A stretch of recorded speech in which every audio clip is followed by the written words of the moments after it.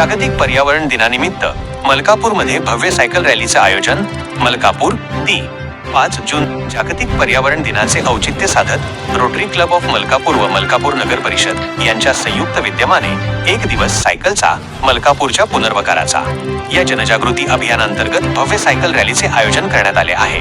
पर्यावरण संवर्धन, प्रदूषणमुक्त शहर आणि निरोगी जीवनशैलीचा संदेश जनतेपर्यंत पोहोचवण्याच्या उद्देशाने आयोजित करण्यात आलेल्या या रॅलीत शहरातील नागरिकांसह रोटरी सभासदांचा उत्स्फूर्त सहभाग अपेक्षित आहे.